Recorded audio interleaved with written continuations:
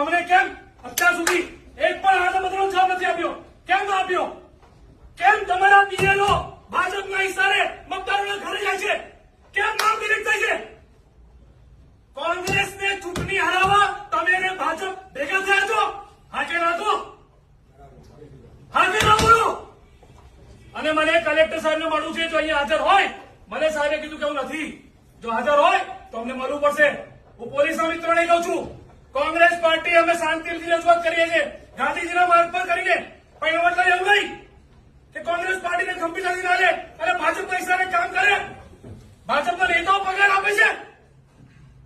પ્રજાના રૂપિયા પ્રજા બિચારી પરસેવાના રૂપિયાની ટેક્સ ભરી ભરીને મરી ગઈ, ત્યારે તમે એસી કેબિનમાં બેઠા છો. આ પબ્લિક ટેક્સ ના ભરો, તમને શું મળશે? વસ્તુ કો બને? તમને પગાર કોને પૈસા મળે છે?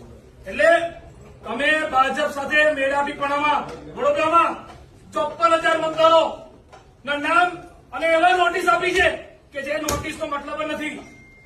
નોટિસ તમે બંચના બંચ ખરેખર કલેક્ટર સાહેબ અમને પ્રોમિસ કરેલી મીડિયાની સામે કહું છું, અને મીડિયા પ્રભુ તમે પણ હતા, તમે તે દિવસે રજૂઆતમાં હાજર હતા.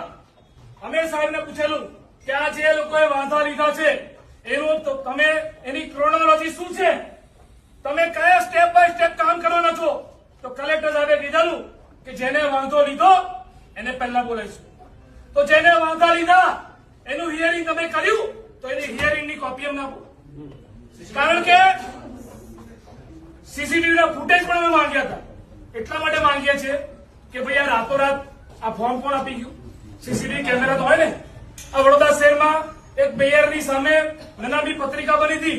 ક્રાઇમ બ્રાન્ચ, પોલીસ બધા જ કામે લાગી ગયા અને શોધી કાઢ્યું 24 કલાકમાં કે આ પત્રિકા કોને બનાવી.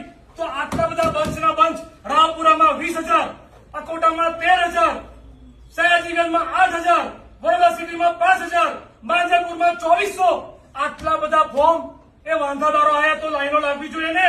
પણ ભાજપના કાર્યાલયથી આખા બંધ થયા અને ભાજપના પ્રમુખનો આદેશ તમે માનીને તમે સામાન્ય પ્રજાને, જે ગરીબ છે, જે રોડ પર નહીં સાંભળવું પડશે.